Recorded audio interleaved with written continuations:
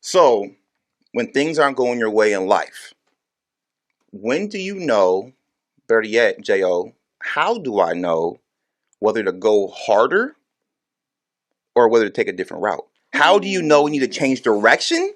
Ooh. Or do I need to dive deeper and be more committed? Where is that balance, and how do I know when it's time to, this isn't my lane, God shifted me in a different direction, Yeah. life is taking me elsewhere? How do you differentiate the difference? That's tough.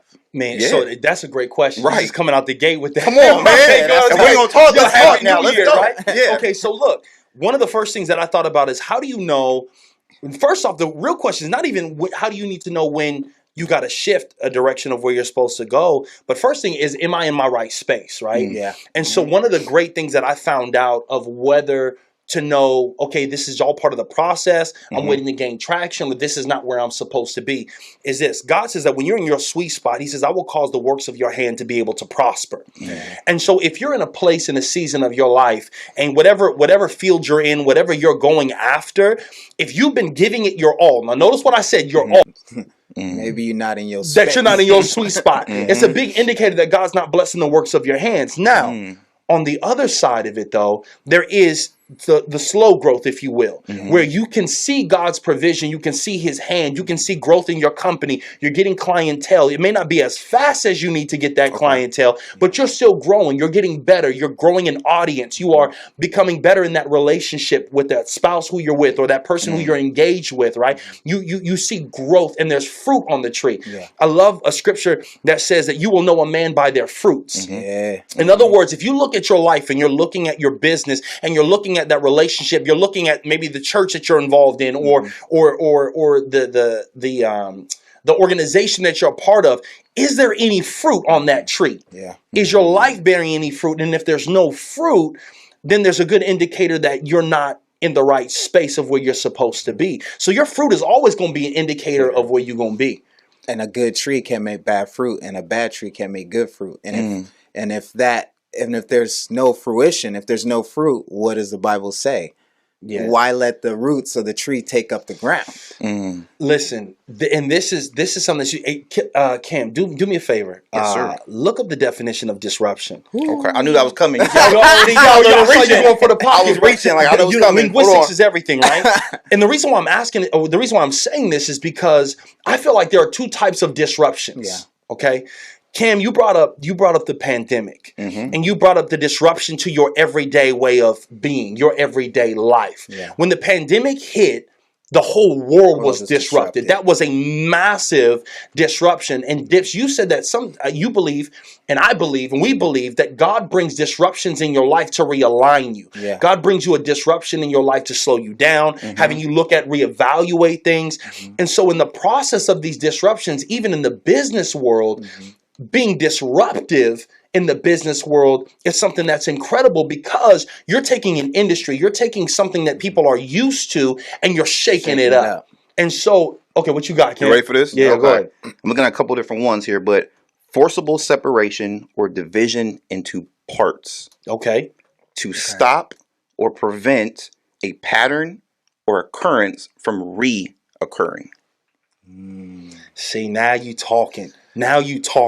So when you look at this idea of disruption, and when I hear that, what I hear is that when you have disruption in your life, it means that disruption comes because there's a pattern that is beginning to take place that is continuing in a way that's not going to serve you. This is why we're talking about disruption. We're talking about the power of disruption, right? And so when we're talking about the power of disruption, this whole pandemic disrupted a lot of things. Specifically, the whole industry of where we're at. It disrupted people's jobs, where they live, how they do things. And so in that moment, you could look at disruption as a tragedy or an opportunity. Yeah.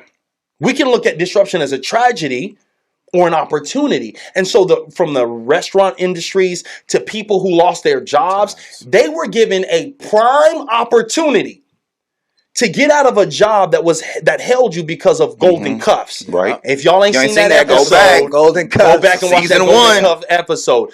And so now you've been given the opportunity. You're at home. You can better yourself. You can build yourself. You're out of that job that you hate. You're getting paid, regardless of how it was. You had the opportunity to be able to better yourself in that moment. So we have disruption from the business standpoint, where you're disrupting an industry that everybody got comfortable from, right? That's one form of disruption. But you also have another form of disruption where you have to learn about disruption in your own individual life. Ooh. And I'm setting this up because I want y'all to go ahead and ollie up this bad boy. Yeah.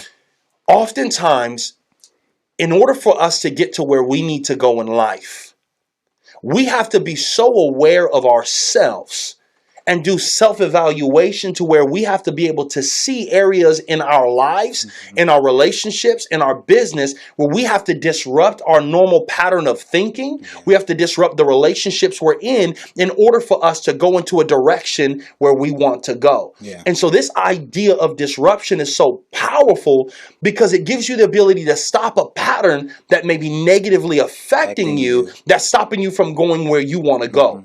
So my question to you fellas is, if disruption in the terms that we're talking about is an opportunity to stop a way of thinking or a pattern that is not serving you, to change the trajectory of where you're going, how come so few people actually make that change? And why is there a fear in being able to, when we come face to face with disruption? So a new term is coming to me, and then we'll throw it to Cam. Proactive disruption. Okay. Instead of waiting to be disrupted, what if you can proactively say, okay, I'm not getting any fruit in this area, so I must be doing a pattern that isn't fruitful. So let me proactively disrupt this habit, disrupt this part of my life, disrupt this relationship, so that I can pivot and then go to another side and see if something better brings me more fruit, brings me more results. And so as I'm looking at my habits, it's funny because as Jesus says, he uses a tree. If you actually look at tree and roots, the brain cells look like little trees. They're called dendrites. Right. It's like I get chills. Right. I get chills thinking about how Jesus knew that they look like little trees. And so and those is what create your patterns and your habits of what you do every day. And so if you have a pattern that isn't serving you, meaning not getting you fruit, not getting your results, maybe it's time to kill that tree, kill that pattern, destroy that dendrite, and build another synaptic Time to replant pathway yourself somewhere else. and have better habits. And the habit king, Cam, what are you doing every day? You know, like when I was listening to you guys talk, there's a couple things that were coming to me, and one is a lot of the things we've talked about in the past, and you know, some of that was like vulnerability. Yeah. And I think it's tough to be vulnerable with others, but I think it's also tough to be vulnerable with yourself. Yeah. Looking in the mirror and giving yourself an honest assessment of where you're at, and maybe more importantly, where you're not at, and where you thought you would be at, you know, or maybe where you should be at. Yeah. And I think a lot of it ties into commitment. I think we're so focused on honoring commitments to other people, our relationships, honoring our commitment to our job, honoring our commitments to, you know, programs or our church groups and things like that, that we ignore the commitment to ourselves. Wow. And I think a lot of times we fail to honor those commitments. And I think it's easy and it's tough at the same time. The reason why I say it's easy is because a lot of times we tell ourselves, this year I'm going to do A, B, and C. And you should commit to that. But if I didn't commit and I didn't and I wasn't successful in those areas, no one knows but me. So it's easier to say it's okay. And I think in that process, I think we settle. And I think what happens is when we don't honor the commitments that we have to ourselves, and we don't honor our dreams, and we don't honor our goals, I think what happens is we settle for the goals and the dreams that other people have for us. And I think in disruption, it gives us that opportunity to go back and honor those commitments. Wow. And I think a lot of times when we're focusing on, you know, my job wants A, B, and C from me, so I'm going to honor those commitments. But what about the dreams that you had? You know, and I think behind closed doors, we settle. And I think settle is a big part. It's the opposite of disruption. Because if you were disrupted, you wouldn't settle, and you would go for what you were focused on. You would go and you would obtain those goals and those dreams. But when we settle, because we're just focused on the other commitments that we have, it takes us off course. It takes us off course. I think we forget about our dreams and Like I said, we're so focused on pleasing maybe the person we're in a relationship with. But I mean, as we all know, if you don't get yourself to a certain place, you can't pour from an empty cup, right? Yeah. You can't fulfill what other people have expected of you Yeah. when you're failing in your own personal areas. So I think you want to jump in and say something, bro. I just was thinking of what Uncle TD said. Yo, shout out TD Yes, Jakes. Yeah. sir. He said, when you have a purpose, dream, or goal, you can't even stop it from Come on. happening. Right. You're going to get this lesson. You're going to get disrupted until you figure out what you need to do and what patterns you need to, because God's going to use you for your purpose regardless. Right. And so one thing I was thinking about is we were texting about something, and it's easy to measure the fruit, the results. It's easy Right. to look at the scale and see how much you weigh. It's easy to look at your bank account and see how much money you got. But it's hard to measure the habits. It's hard to measure the calorie intake and the macros. It's hard. The things that actually get you the results you want are hard to measure, but that's the work you got to do. And when you're measuring those, then you'll know where you need to proactively disrupt your life. So I feel like when you're talking about that, I love that, because the work that you see, all that stuff, that is the hard work, right? People don't see the prep that we put in. They just turn it on and they see what we do here at Bros to Men, and we love y'all for that. Right. But I mean, we're talking almost 20 years. Right. We're talking of just hard knocks. We're talking intensive in the last 15 years of us pouring in hundreds of thousands of dollars into self-development, us paying the price to be able to do this. And Cam and I were talking and having a conversation, and I said, what was amazing is every last one of us had a massive disruptive moment in our life. And what's so key is not the fact of trying to avoid disruption, but it's how do I handle disruption when it comes to me? And that perspective changes everything for you, because we had a decision when the disruption came. Yeah. Do we cry about it? Do we play the victim when we're disrupted? Or do we tap into the creative power that God has given us to envision the life that He's always called us to be able to have? And I think that was something that was so massive that I'm so grateful for my wife. And this is why it's so key for you to find that partner that's going to be able to hold you accountable to your dream, because even they will bring disruption into your life in seasons where you may have settled, in pockets where you're not meeting your goals or not meeting your requirements. And I remember Nadi was just going at me.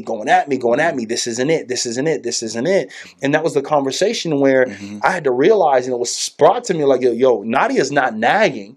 She's disrupting your pattern of complacency, and she's reminding you of the vision that you showed her of who you wanted to be. And so when a spouse is constantly challenging you, when a boss is constantly challenging you, when a mentor is disrupting your mundane way of being, it's a way to wake you up and say, listen, the pattern that you're living in, the way that you're doing life, is not serving you. Yeah. And one of the biggest disruptions that I feel that stops us from being able to achieve the goals or where we want to be in our life, and this is some of the biggest disruptions that rob us, is looking at the disruption of family habits.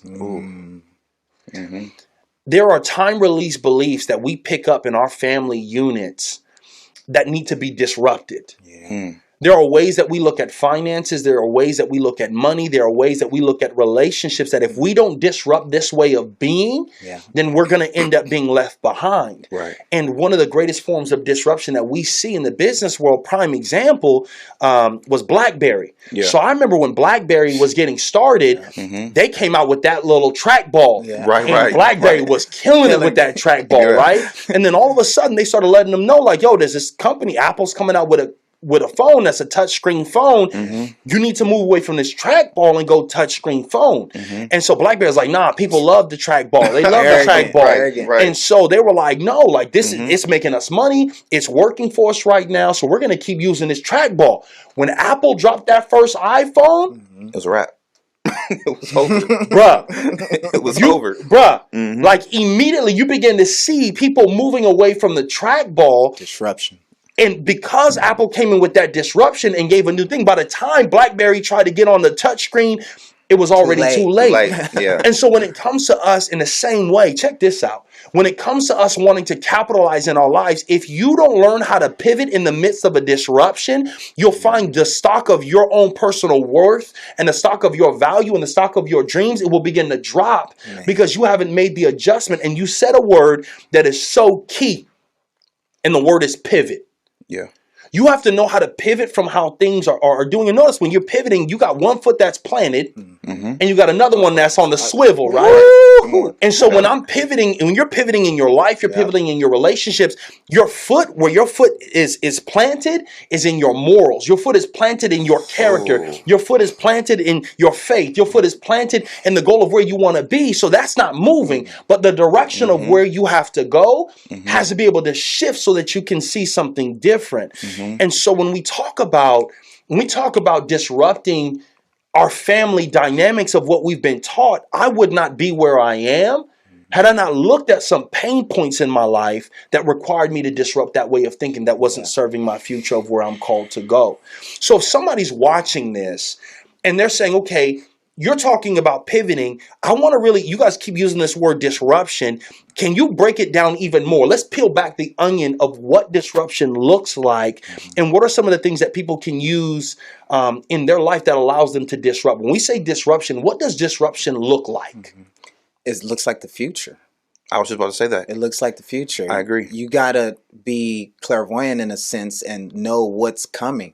For example, the AI is here now. And I was teaching our brother about AI and that's artificial intelligence, by the way, because I had to ask. I was like, what the heck is AI? He hit me up like, bro, this AI. I'm like, what are you talking about, bro? But yeah, I'll clarify that real quick. Go ahead. So AI and they made a nonprofit made it open source so where everybody can use it for free. And teachers and schools are upset because you can write a 10-page paper in 2 seconds now. And they're saying people aren't going to learn.